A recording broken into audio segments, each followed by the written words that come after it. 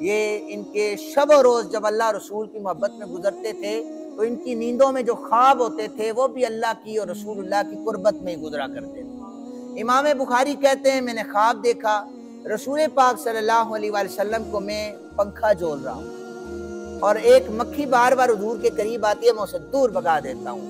اٹھا تو اس کی تعبیر یہ بیان کی کہ گویا میں رسول پاک صلی اللہ علیہ وآلہ وسلم کے قریب منسوب کوئی غلط چیز نہیں کر سکتا اور نہ ہی کرنے دوں گا۔ یعنی حدیث مبارکہ ہے کہ من کذب علی متعمدا فلیتبوأ مقعدہ من النار، جس نے جان بوجھ کر حضور پر جھوٹ باندھا اس کا ٹھکانہ جہنم ہے۔ آپ نے فیس بک پر دیکھا ہوگا، سوشل میڈیا پہ دیکھا ہوگا، بغیر تحقیق کے اسٹیٹس پہ لوگ لگا دیتے، کوئی جملہ نکلے نیچے لکھا ہوتا ہے بخاری شریف، ترمذی شریف، الحدیث۔ اب لوگوں کے پاس تحقیق نہیں ہوتی، لگا دیتے ہیں۔ اب جیسے رمضان شریف آتا ہے نا تو پہلے جس نے سب سے پہلے رمضان کی مبارکباد دی اس پر جنت جو ہے واجب ہو جائے گی۔ اب یہ کسی کتاب میں حدیث مبارکہ نہیں ہے اور شیئر کرنے والے نے اس کو منسوب کر دیا رسول پاک صلی اللہ علیہ وآلہ وسلم سے۔ اب اس کے بارے میں حکم کیا ہے کہ جس نے جان بوجھ کر جھوٹ رسول اللہ پر باندھا اس کا ٹھکانہ دوزخ ہے۔ اور یہاں پر محقق صاحب کو پتہ ہی نہیں ہے، وہ جناب شیئر پر شیئر کیے جا رہے ہیں ٹھیکیداری پر۔ تو ایسا عمل جو ہے اس سے بچا کریں، علماء کا کام علماء تک ہی رہنے دیں۔ امام بخاری رحمۃ اللہ تعالی علیہ نے پھر یہ خواب جب دیکھا، انہوں نے کہا کہ رسول پاک سے منسوب کوئی جو ہے وہ موضوع حدیث میں اس میں ذکر نہیں کروں گا۔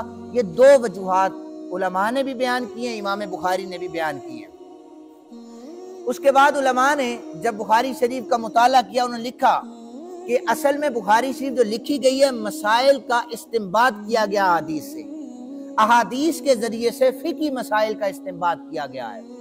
اور پھر اس کے بعد امام بخاری کا جو اسلوب ہے، جیسے 2 بار حدیث لائے، 5 بار لائے، 12 بار لائے اور اسی طرح 21 بار لے کے آئے، تو اس سے یہ پتہ چلتا ہے کہ اگر تو امام بخاری صرف صحیح حدیثوں کو جمع کر رہے ہوتے تو حدیث ایک دفعہ کافی تھی۔ امام بخاری نے جو بار بار حدیثیں مختلف جگہوں پر ذکر کی ہیں، اس کا مطلب یہ تھا کہ امام بخاری وہاں پر مسئلے کو سمجھانا چاہتے تھے، تو ان احادیث سے مسائل کا استنباط بھی ہو رہا ہے۔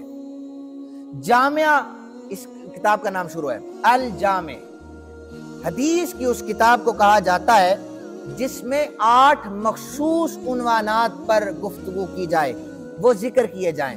ان میں سیر ہے، تفسیر، سیرت کی کتابیں، تفسیر ہے، آداب ہے، اور عقائد، فتن، احکام اور شرائط ہیں۔ یہ چیزیں جو ہے بیان ہوں اسے جامع کہا جاتا ہے۔ اور صحیح کا مطلب یہ ہے کہ اس میں جتنا بھی مجموعہ ہے وہ صحیح ہو۔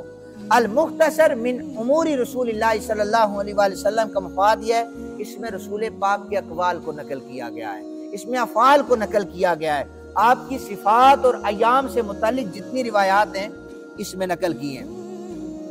امام بخاری نے مسودہ لکھا۔ مسودہ آپ پڑھے لکھے لوگ جانتے ہیں کہ جب کتاب لکھی جائے، جمع کی جائے، تو کوئی بھی جو رائٹر ہوتا ہے وہ پہلے رف سے پیپرز پر اس کو لکھتا رہتا ہے۔ مسودہ تیار ہو گیا، بصرہ میں، بخارا میں، وہاں پر آپ نے مسودہ تیار کیا۔ اب ایک پروف ریڈنگ ہوتی ہے، اسے یہ جو لینگویج ہے عربی، اس میں تبیید کہا جاتا ہے۔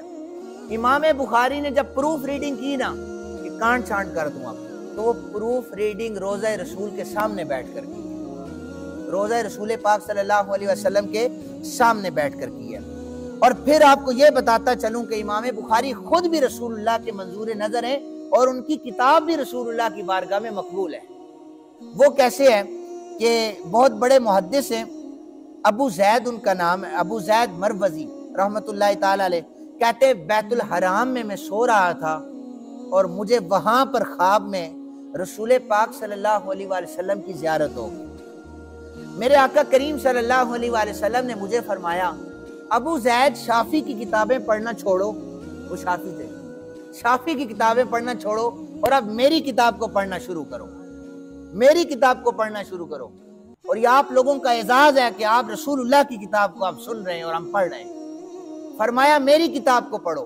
ابو زید کہتے ہیں میں نے عرضی پیش کی، آقا آپ کی کتاب کون سی ہے؟ آپ نے فرمایا وہ جو محمد بن اسماعیل نے بخاری لکھی ہے وہ میری کتاب ہے، اسے پڑھا کرو۔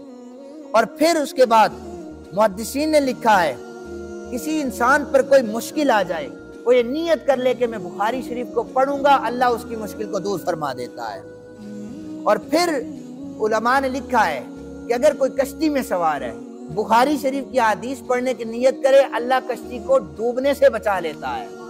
اور حافظ ابن کثیر رحمت اللہ تعالی علیہ نے لکھا ہے جب خشک سالی ہو جائے، قحط سالی ہو جائے، بارشوں کا برسنا بند ہو جائے، بخاری شریف پڑھو، اللہ وہاں پر بارشوں کا نزول فرما دیتا ہے۔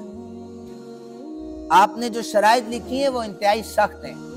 بعض نے امام مسلم کی جو ہے، مسلم شریف ہے امام نووی کی، اس کو بھی لکھا ہے کہ قرآن سے بعد وہ افضل ہے، اور بعض نے شرائط کے اعتبار سے محدثین نے امام نسائی جو ہے، نسائی شریف ہے، یہ بھی سیاستہ سے ہے، اس کو افضل لکھا ہے۔ لیکن بخاری شریف کی جو شرائط ہیں وہ سب سے زیادہ سخت ہیں۔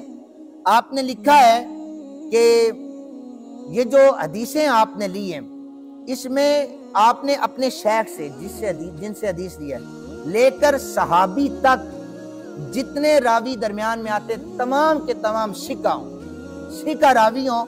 ثقہ سے مراد یہ ہے کہ راوی جو ہے وہ مسلمان ہو، راوی عادل ہو اور کامل ضبط رکھنے والا ہو، اور کثیر الملازمہ مع شیخ ہو، شیخ کی میت میں بیٹھ کر اس نے حدیث مبارکہ لی ہو۔ اور پھر آپ نے متصل احادیث کو لکھا ہے۔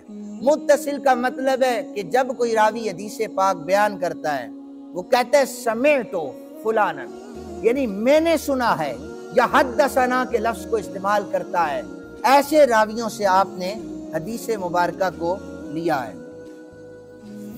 اس کے بعد میں آج آپ کے سامنے پہلی حدیث مبارکہ پڑھ دیتا ہوں۔ نمبرنگ کے اعتبار سے دو حدیثیں آپ نے سنا گا، انما الاعمال بالنیات، اس کو بھی پہلے، اس سے بھی پہلے کتاب الوحی، وحی کے حوالے سے جو بیان کیا گیا ہے وہ آج ہم پڑھ لیتے ہیں۔ سب سے پہلے ہم ابتدا کر رہے ہیں، اس کے بعد انشاءاللہ عید کے بعد ہم درس حدیث دوبارہ شروع کریں گے۔ امام بخاری کا جو مقصود ہے وہ یہ ہے کہ انبیاء علیہ السلام پر وحی نازل کرنا یہ اللہ تعالیٰ کی سنت ہے، لہٰذا نبی اکرم صلی اللہ علیہ وآلہ وسلم پر وحی کا نازل ہونا یہ کوئی انوکھی بات نہیں ہے، نئی بات نہیں ہے، یہ انبیاء پر اسی طرح نزول ہوتا رہا ہے۔